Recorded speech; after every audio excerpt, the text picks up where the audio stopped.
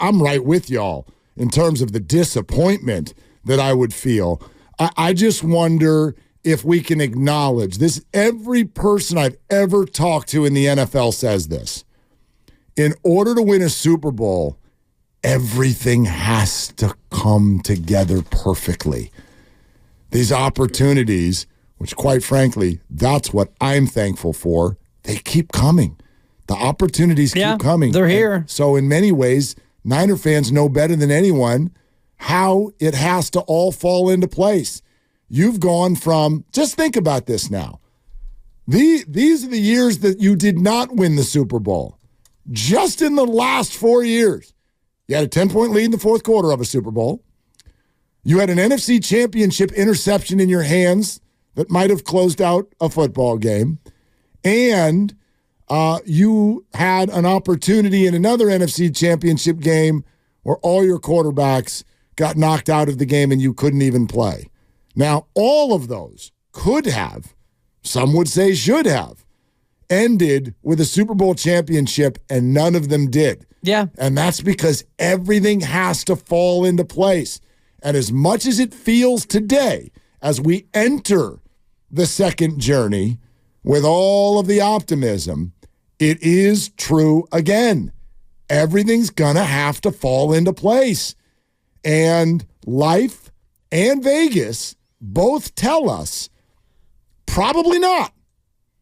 I hate to say that out loud because I think they're the best team. And I, too, will be so disappointed if they don't win.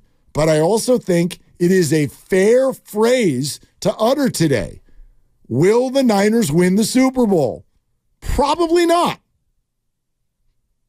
Well, someone will. So, absolutely. And they're one of 8. And so why not us is a totally fair answer. Probably also. not is not the way I would look at it. And to say that probably is also not accurate. So if you look at one of the 8 teams will win it, and one of the 4 in the NFC and one of the 4 in the AFC, 2 of those teams will be there in the final to possibly win it. So who's the most likely team to win it? It's the 49ers. And that's according to the odds makers, and that's according to the eye test in terms of watching football all year. So, yeah, and Matt made a good point about the Buffalo Bills, and you go back to their 4 Super Bowl run in 90, 91, 92, and 93. They probably should have won 1, maybe 2, but the Scott Norwood miss preceded the game against Washington that got sideways, and then you went up against Dallas, and you were just dominated twice by a team that was probably better than you. If I said to you something has a 67% chance of happening, would you say that it's probable? Yes. Okay, then the 49ers will probably not win the Super Bowl because Vegas also says, even though that they are the highest likelihood of any individual team, Vegas says they've got a 67% chance of not winning the Super Bowl. But that logic is flawed. How? Because according to your logic, then no one's going to win the Super Bowl. Well, no, Dibs, somebody has to. No, because you said 67%. They have the highest odds, though, right, Mark. But you know math. There is mutual exclusivity in situations like this. And so, yes, I can argue rationally that every single team will probably not win the Super Bowl. All 8 are not going to win it. Right. And one of them is going to defy the odds. But that's my point. And the odds are leaning toward the Niners as the team most likely of all those teams who are unlikely. Correct. They are the most likely. More likely than any other team. Most likely. But still unlikely. But somebody has to win it. Yes. So in terms of the argument's flawed because somebody has to win it. The field is more likely than the Niners. But who's in the field? All the other teams. All 8 of them. We don't care who the other 7 are. But if you pick one of the teams... I mean semantics, bud. You know what I'm talking about. I know, but if you take Houston and you say Houston or the field, well, it's the field. And the Niners are one of the teams in the field. I'm not saying you're wrong. But you have to grant me that I'm not either because I'm not talking in opinions. This is a fact. I know. It's a mathematical fact. But you're using a flawed argument. No, I'm not. Because you're saying there's 67% chance that they don't win it. That is true. That is a mathematical fact. But what about the other teams? They are less likely. Exactly. So the Niners are most likely to win it. Of the group. Of the 8. But they are still unlikely to win it. The field is a favorite. I don't want to dwell on this too much. It's we're all talking in facts here. Jonathan in the city. Hey, Jonathan, what are you doing? Just watching the rain fall down. Oh, gosh. Is it here? We're up in a building, so... Man. Yeah, I knew it was coming. Is it here? No, I'm in the Peninsula area right now, so Okay. it's coming down here. All right. No, I'm sure it's here. All right, Jonathan. What's up? Can you go outside and throw a ball in this? Are you able to function as an offensive weapon in the NFL? No, yeah, no question. Yeah, Out of bed. I'm going to do whatever needs to get done. All right. That's the attitude, Jonathan. And I want the 49ers to just go on a winning streak. They just need to win 3 in a row, guys. And I expect in the NFC, they could just offensively overwhelm whoever is going to be the next. I expect them to overwhelm Green Bay. I mean, why not? I mean, whose team out there has the most players in their prime? That's the Niners. And during this run, they don't have the excuse of, like during the Colin Kaepernick day, it was a gimmicky offense, right? And then with the Jimmy Garoppolo run, it was an offense that was limited because Jimmy can't throw outside the numbers and throw deep. So this is the no excuse run because Kyle finally has his guy, like the smooth operator that Purdy is, the quarterback that he trusts. So the playbook is wide open. The defense is playing great. I mean, the secondary is playing better than before. They're healthy as they can be. So win 3 in a row, no excuses, take no prisoner, seek and destroy, kill them all, and get this done for the Bay Niners. I love it. Seek and destroy. Seek and destroy. I mean, listen, I'm here for the majesty of all this. I'm here for the beauty, the emotion, the storybook. I get attached to. No different, right? But do you in your living room, do you put eye black on? Do you start to smack yourself in the face?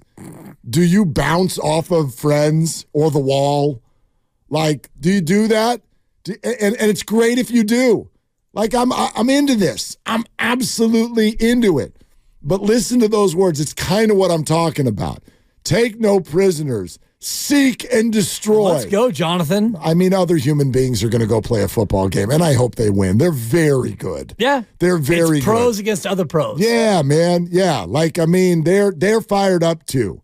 They're fired up too. And if you believe in what you saw last week with the Green Bay Packers, well, then I don't know if what many of us are saying is a fair opinion. I think the Niners are going to win. I took them to cover. That's what I think is going to happen. But always a healthy respect. You can't watch them score 48 in Dallas and have a blast with it and go, wow, that's impressive. They got young players. They're on the come. They're on a winning streak. But the Niners should win by 21 or disappointed. I don't know, man. Does that all add up? That doesn't add up to me. No, and I look at what Vegas does, and there's a reason why they do better than the people who bet on these games. Yeah. And it's because they know more than we do. And the game right now is back to 10 on the place where I do my wagering. Okay. Yeah. I saw it at 10, over under of 50.5, which tells me 30-20 is the kind of game they're looking at. And I think 31-21 is my prediction. And the Niners should win the game, but you get into a situation where a 10-point spread can go either way. One bounce of the ball, one pick six. Of course. You never know. The other team is allowed to win. Sure. That's another fact that I've learned through the years. Nice. Steve in Oakland. Hi, Steve. What the heck are you doing? Thanks for taking my call. Listen, your conversation is interesting, and it's moved on from what prompted me to call. But, when you were talking about, what's Shanahan's legacy going to be if he loses the Super Bowl and, he's not going to be validated until he gets a ring and all of that, I think that's the wrong conversation. I think Kyle Shanahan, if you think about it, has really only lost one Super Bowl. And if you want to stretch the point, maybe 2 when he was with Atlanta. But if you take a look at his record, and I haven't validated this stat, but I read it in 2 or 3 places, so I'm assuming it's correct, that he is 37-0. He's 0-37 with the 49ers Yes. when they are behind by 8 or more points in the fourth quarter. That is accurate. Now, that is a large sample size, and that, I think, is much more attributable to Kyle Shanahan than whether or not you win or lose a Super Bowl, because you just have to look at things like the Patriots losing to the Giants on that miraculous catch, or, the Patriots winning against Seattle against the non-Marshawn Lynch call, or there's a million things that can go wrong in a Super Bowl. But losing 37 games when you're behind by more than 8 points, that's a pretty significant number. Well, Steve, it's stylistic, and it is a decision that the 49ers and Kyle Shanahan have made through the years. Appreciate it, Steve. Not to excuse it by any stretch, but it is strategic. And if you weren't there for this, we had this conversation a lot with Kurt Warner and others earlier this year. The idea is, if you're all going to agree, okay, Kyle Shanahan, this is a run-first offense. He loves deception, and he is a genius with regard to blocking schemes, and you can run the ball really well. Okay, all true. Now, ... it means you're going to have a hard time coming from behind. Period. Now, you can hate that. You can argue that you should not strategically go that way, but the 49ers and Kyle Shanahan have. Their game plan is to get the lead. And I know that sometimes that'll sound like, well, duh, whose game plan isn't to get the lead? But the point is he would rather be, this is kind of an interesting way to put it, I think, and you tell me what you think. He would rather be really effective with the lead than really effective from behind. And I think that there's a fair conversation there. His point is, I'd rather, and that's why it's funny, by the way, that he's got this reputation for gagging leads. No, he doesn't. No, he doesn't. If you really look historically, no, he doesn't. He has decided, I'd rather be excellent with the lead than excellent from behind. And I think that actually makes sense. It does. Yeah. It's not a reputation for gagging leads. It's just the one lead that everybody wanted them to keep. They didn't. Yeah. So I don't know if it's a reputation for gagging leads, and I don't have the numbers for how many times their teams have been up by 10 in the fourth quarter and lost. It's probably very rare. But the one time that they needed to hold a 10-point lead, they didn't. They did not. And that was the Super Bowl. So that's the one that everybody wants to hold on to. But in terms of how he builds his team, it's not built to come from behind, because they run a lot of 21 personnel, 2 running backs, 1 tight end, and they don't do 4 wide receivers almost ever.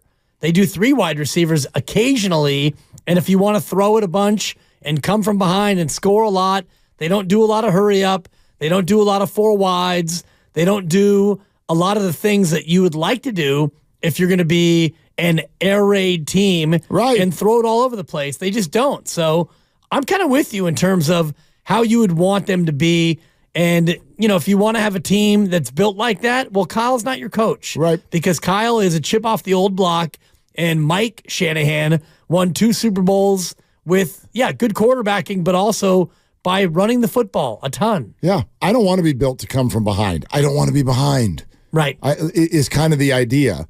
Now, 0-37 is an excessive record. But then again, if you want to look historically at what an NFL team's record is when they're down by 8 or more in the fourth quarter, newsflash, it stinks. It's a terrible record. It's probably better than 0-37. Yes, you can win the game being down by 8 in the fourth quarter, but it's rare. Yeah. Your record's going to stink if you're down by 8 in the fourth quarter. You're usually going to lose those games. Joe in San Jose. Hey, Joe, what's up? Hey, what's going on, gentlemen? How are you? Now, I look at it like this, like matchup to matchup. 49ers are way better than everybody else. But like you said, things happen. Fumbles, everything. But what I want, I'm on the outside looking in. My team got blasted last week, but I want Purdy to win a Super Bowl, man. Every time I watch this kid, he just